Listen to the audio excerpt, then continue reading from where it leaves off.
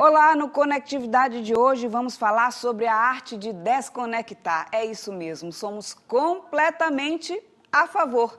Em São Luís, sair das redes sociais, desligar a televisão tem ficado comum. Os maranhenses estão em busca de outras habilidades, principalmente as manuais, as que envolvem técnicas artísticas, criatividade, pelo prazer de fazer, sem cobranças ou perfeição. É assim que crianças, jovens e idosos estão fortalecendo a convivência real. No estúdio, o tema é outro: os riscos da inteligência artificial na saúde. Nosso entrevistado é o Tiago Bonini Borchá, professor doutor em computação e coordenador do curso de inteligência artificial da Universidade Federal do Maranhão. Temos também os quadros Explica Aí e o Conecta Oportunidades, com dicas de cursos, vagas e editais abertos. Eu sou Natália Macedo e o Conectividade começa agora.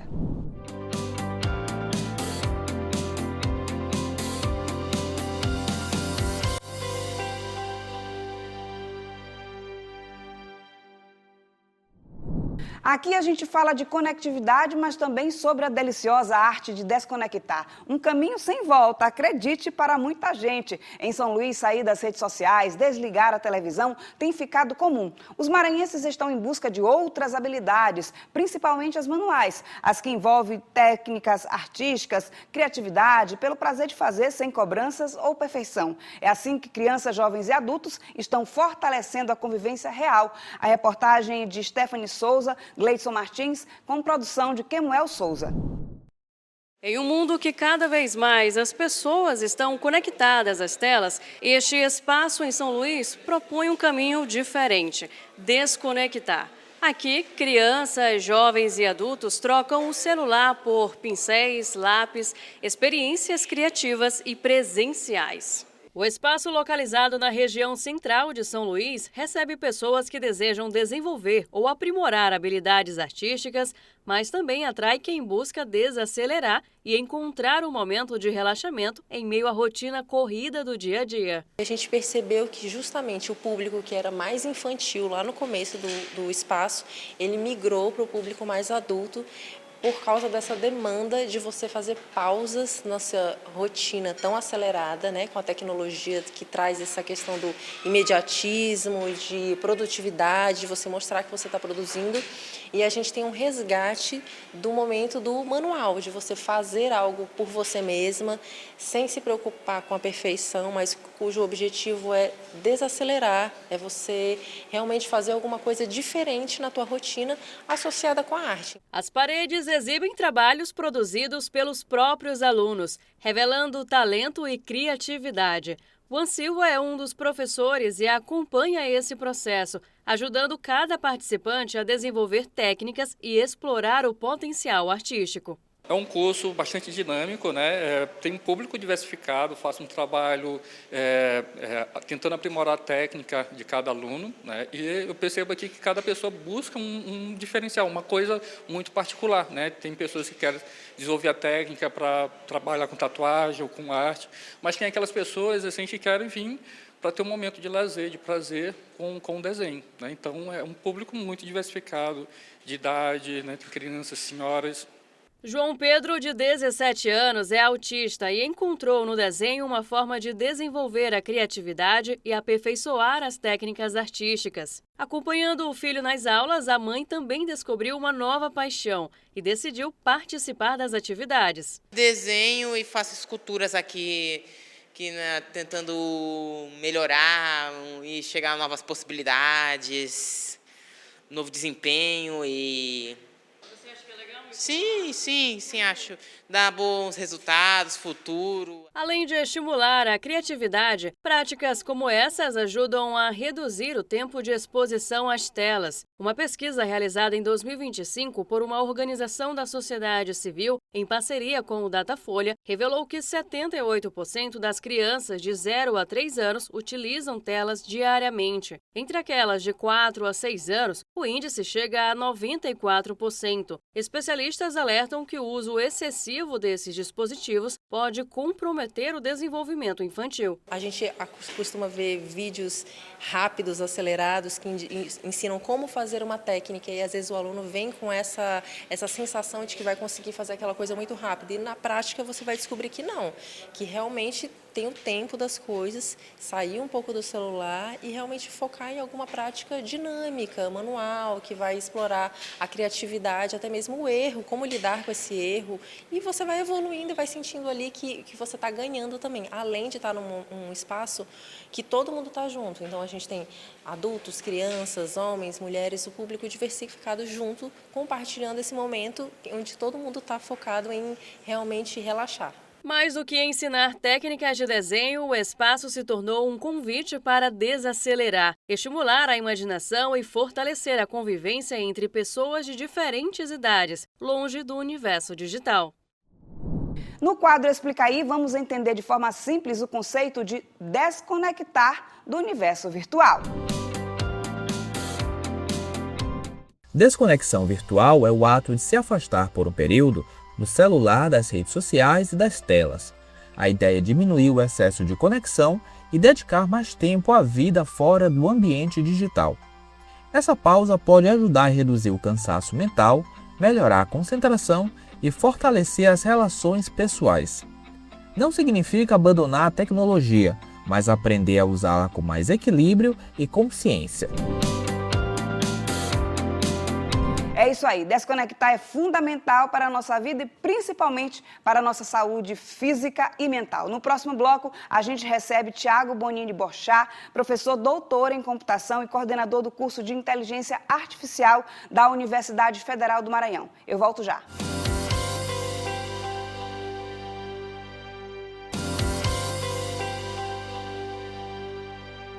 Olá, estamos de volta e olha, é mais comum do que a gente imagina. Tem gente que já chega a um consultório médico convencido de que tem determinada doença porque a inteligência artificial informou.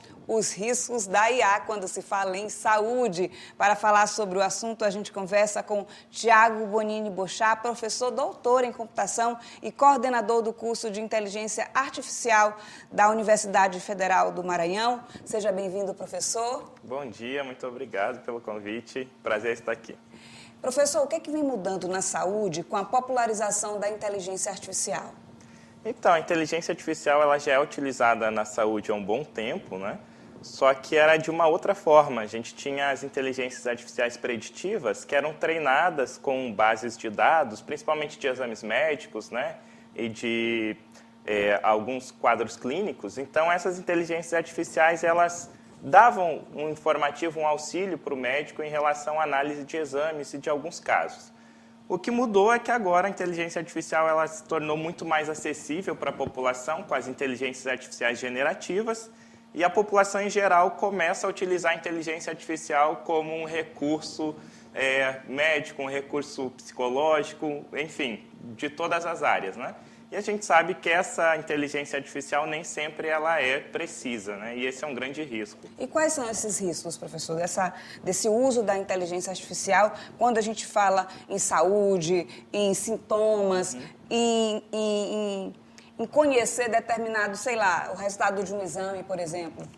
Sim, o principal risco que eu vejo é a automedicação, né? Então, se a pessoa ela recorre à inteligência artificial para se autodiagnosticar, que já é algo que está incorreto, né, de ser feito, esse autodiagnóstico dela vai acabar levando a uma automedicação, e essa automedicação ela pode piorar o quadro clínico da pessoa, porque ela vai estar tomando medicamentos que não tem nada a ver com o problema que ela realmente tem. E isso já é algo recorrente, algo que a gente tem tido muitos relatos, né, em relação a isso.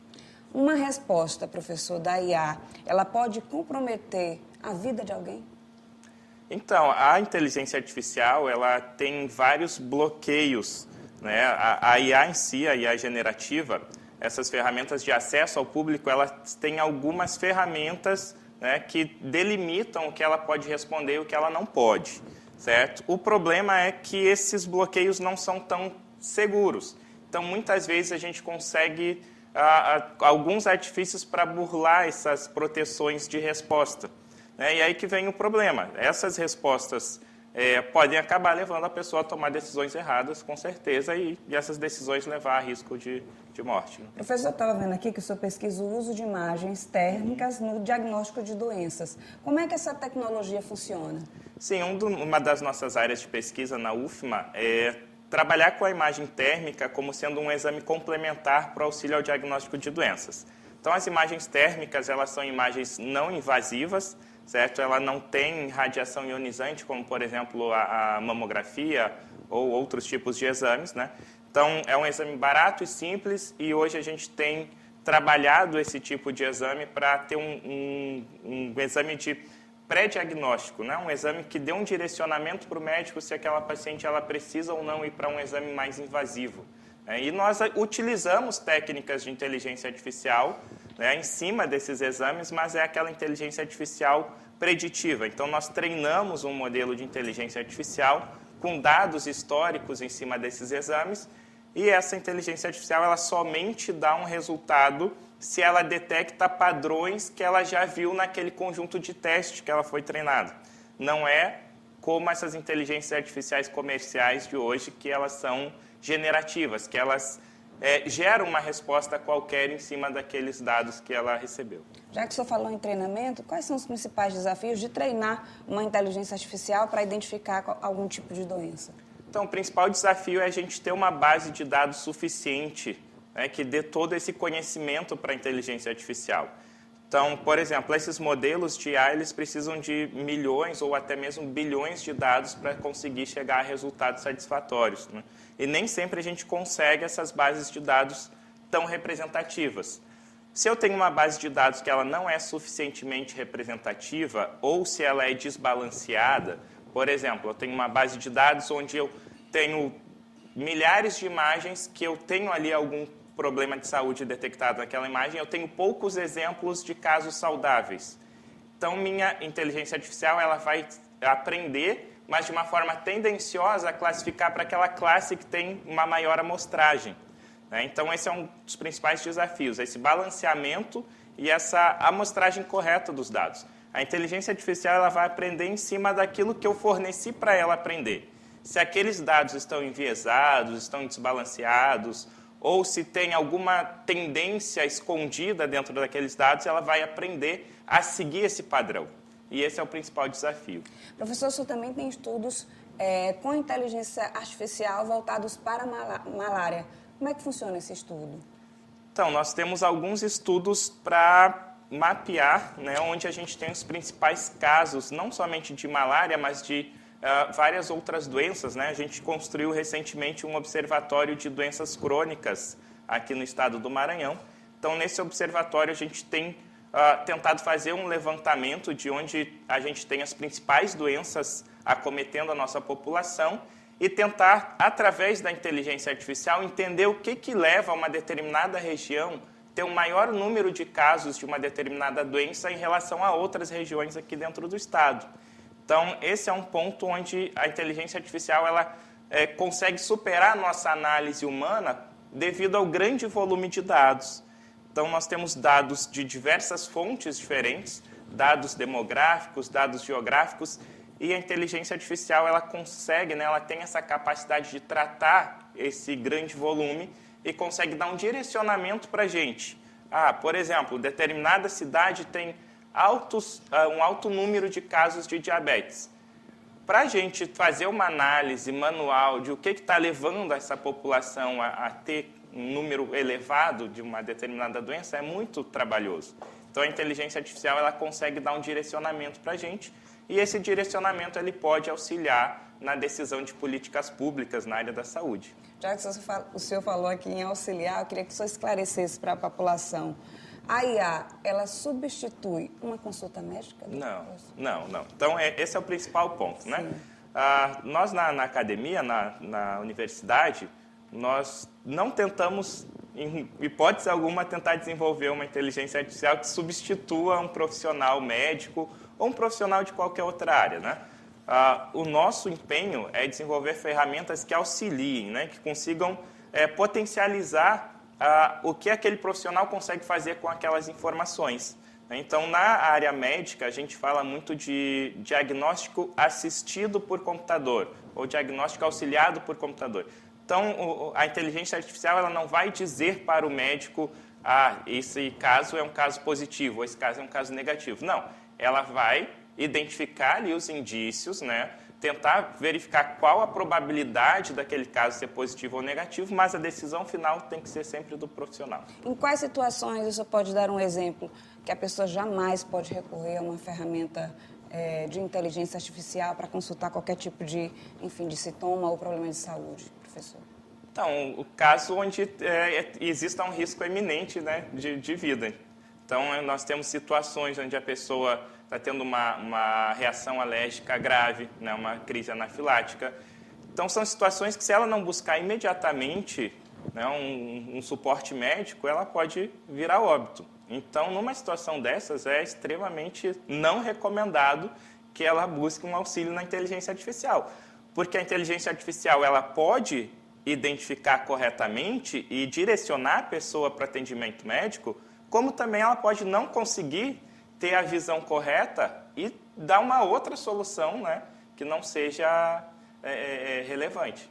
Agora, professor, como é que a gente pode aí equilibrar a tecnologia, né, a inteligência artificial e outras tecnologias com a avaliação humana? Então, o que a gente tem trabalhado também na UFMA recentemente, né, são alguns sistemas de direcionamento médico. Né? Tem um dos nossos projetos que é em cima da área psicológica.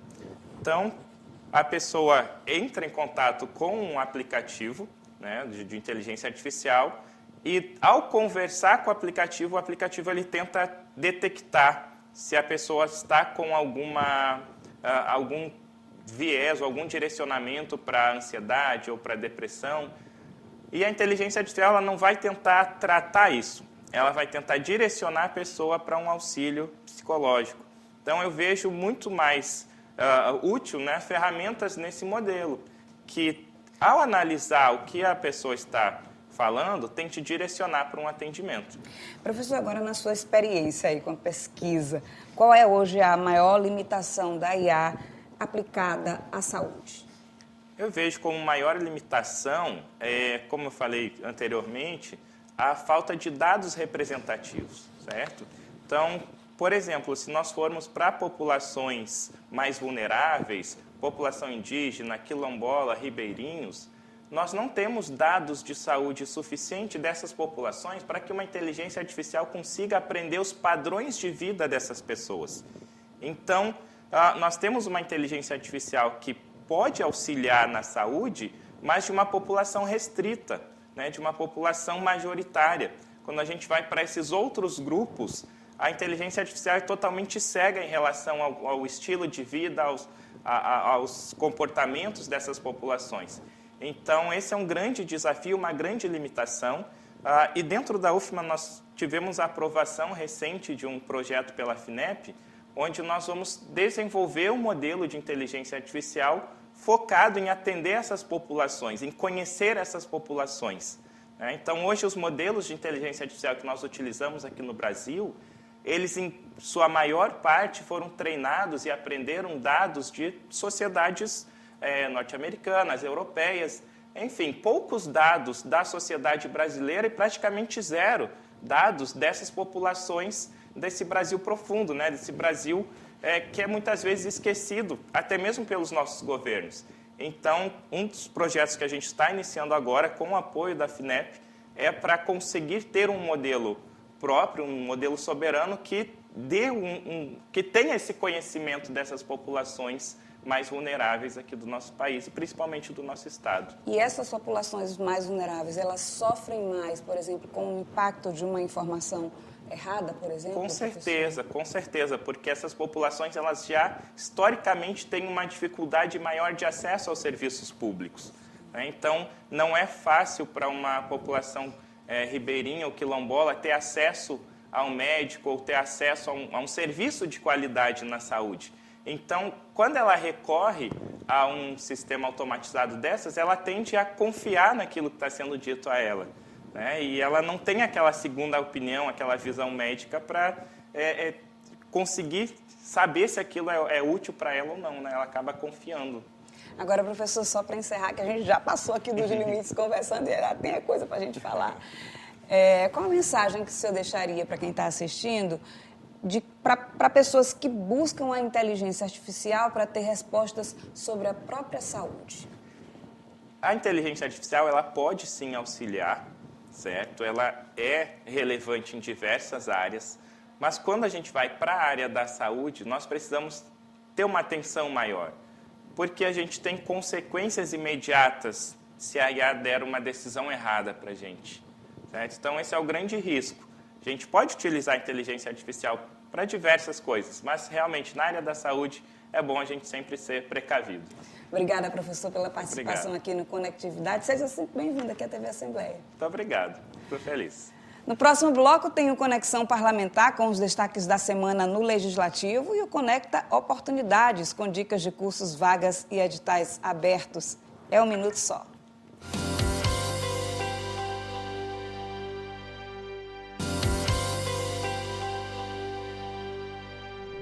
O Conectividade está de volta com um giro pelas ações que foram discutidas na Assembleia Legislativa durante essa semana. Projetos de lei, propostas e decisões que impactam diretamente as nossas vidas.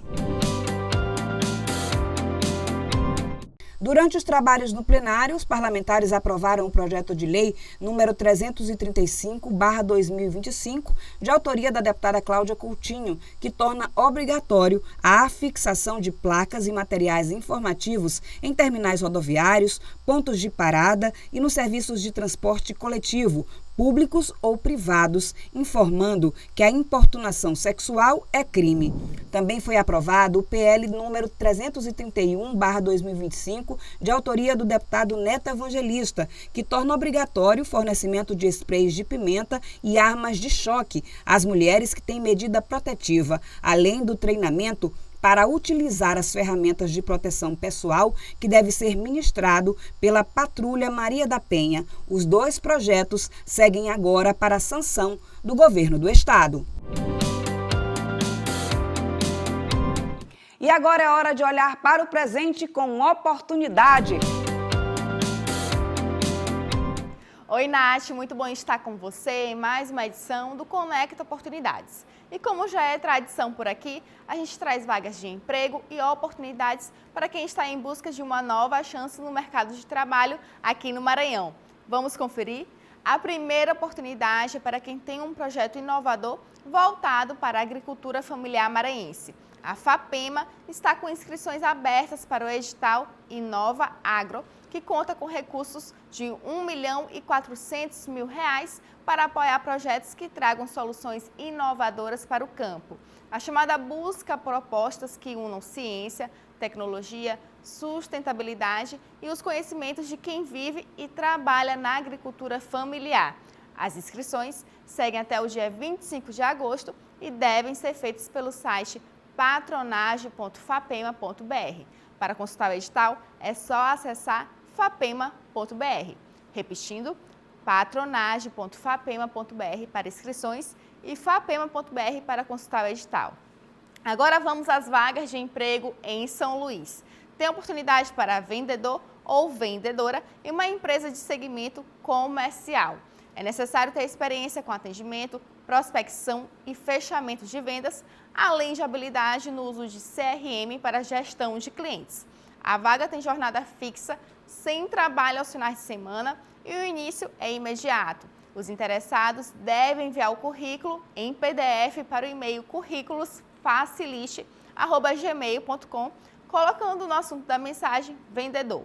Repetindo, currículosfacilite@gmail.com, assunto vendedor. Também tem oportunidade para promotor ou promotora de vendas em São Luís. A vaga é da Credit Shop e é desejável ter cursos ou experiência na área de atendimento ao público e vendas. Entre os benefícios oferecidos estão vale-refeição, seguros de vida, plano odontológico, plano de saúde, programas de treinamentos, programas de qualidade de vida no trabalho, Well Hub e Day Off no aniversário. Os interessados devem cadastrar o currículo pelo link disponível no anúncio da vaga ou pelo QR Code divulgado pela empresa. e tem oportunidade para cozinheiro ou cozinheira também em São Luís, no Grupo Mateus. É necessário ter ensino médio completo e disponibilidade para trabalhar no período noturno. A função envolve o preparo de pratos e atividades relacionadas ao buffet, seguindo o cardápio e os padrões de qualidade dos alimentos. Entre os benefícios estão refeição no local, convênio médico e odontológico, ônibus fretado, cartão de crédito para compras nas lojas, prêmio por desempenho e outros benefícios. Os candidatos podem se inscrever pelo site currículo.grupomateus.com.br. Também é possível enviar o currículo pelo WhatsApp 989-8124-2728. E atenção, as vagas são inclusivas para pessoas com deficiência. Repetindo, currículo.grupomateus.com.br ou WhatsApp 989-8124-2728. Então aproveita as oportunidades, atualiza o currículo e compartilhe essas informações com quem está procurando emprego ou tem um projeto inovador para desenvolver.